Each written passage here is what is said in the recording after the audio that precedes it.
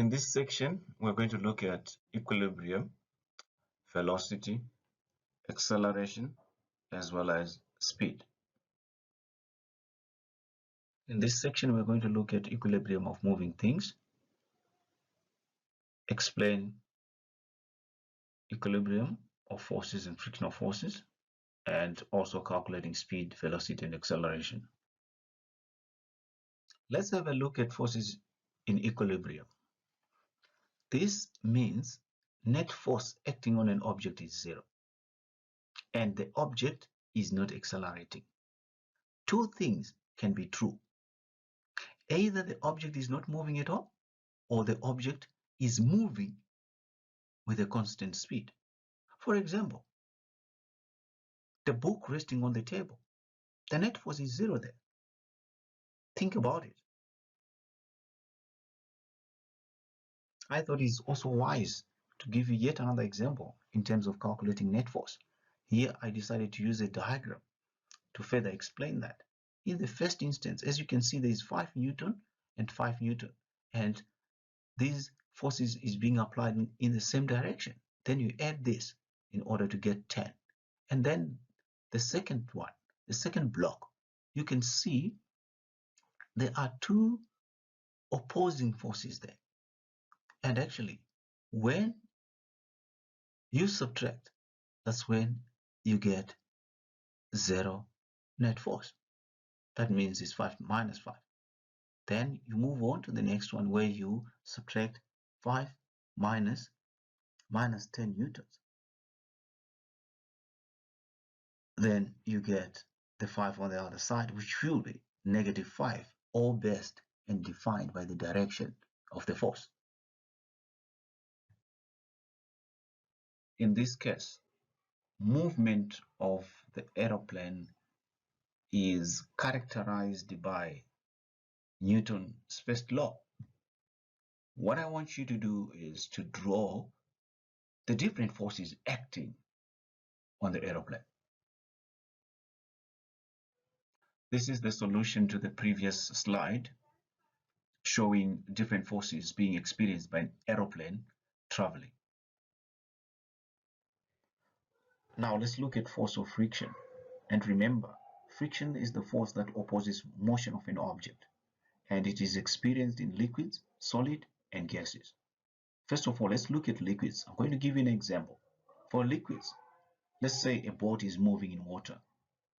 Liquid friction is being experienced, and also if a person is swimming in a swimming pool, liquid friction is also being experienced. Now we move on to a solid. This one you can talk in terms of a car moving on the road. Then lastly, for a gas, well, let's say a gas is heated. For instance, the particles move faster when a gas is heated, and more collisions. That implies more friction.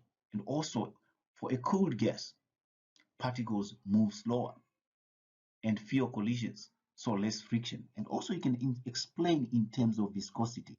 If a gas is heated, it becomes more viscous, and also when the gas is cooled, viscosity decreases. In this case, I just thought otherwise it's also great to explain to you about coefficient of friction. As I've already explained to you that friction is experienced to liquids, gases, and so forth. And also some materials have a low coefficient of friction, high coefficient of friction.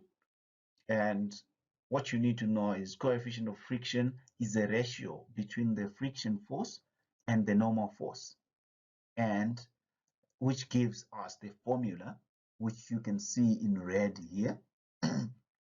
And for us to be able to get coefficient of friction, remember, any object is subject to 4 forces. For example, if you're walking using your feet and you're wearing a shoe, that shoe is experiencing frictional force, pull force, gravitational force, and the normal force. So for us to calculate this, when you calculate frictional force, obviously you have to include coefficient of friction multiplied by the normal force. But how do we get coefficient? Coefficient is a ratio.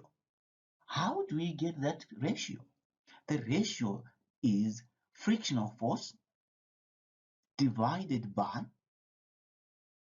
the normal force so that we can get the coefficient. Then, for us to calculate frictional force now, we use that coefficient of friction multiplied by the normal force.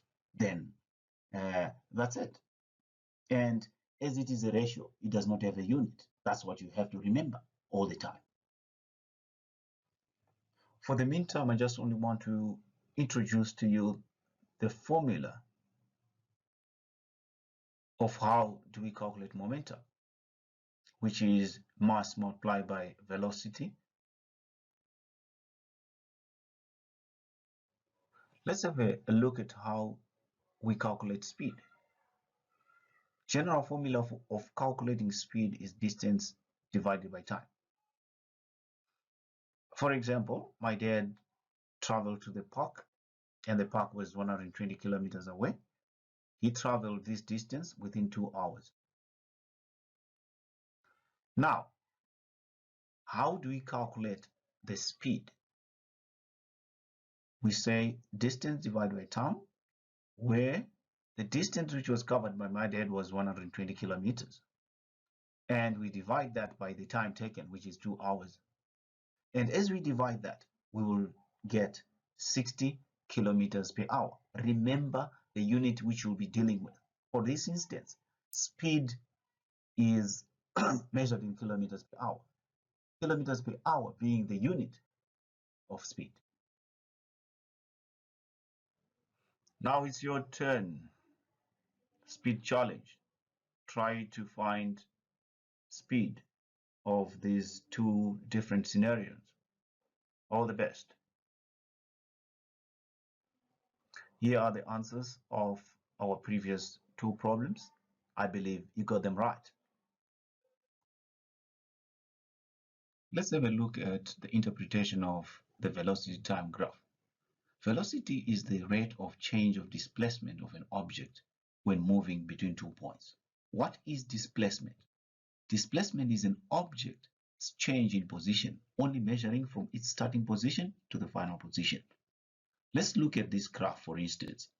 Let's say we are requested to calculate the distance and displacement of the movement, probably of a car. All we need to remember here is that we can use the area under the brown line to determine the distance and displacement. Under the brown line, as you can see, there's a triangle, a rectangle, as well as the triangle. Remember the formula for calculating a triangle, which is half base times height, and also of the rectangle, which is length times width. So if we calculate that, then we put everything together. And also what you have to remember is, in general, a velocity time graph shows the speed and direction of an object over a specific time. The vertical axis shows the velocity of the object, and also the horizontal axis shows the time from the start.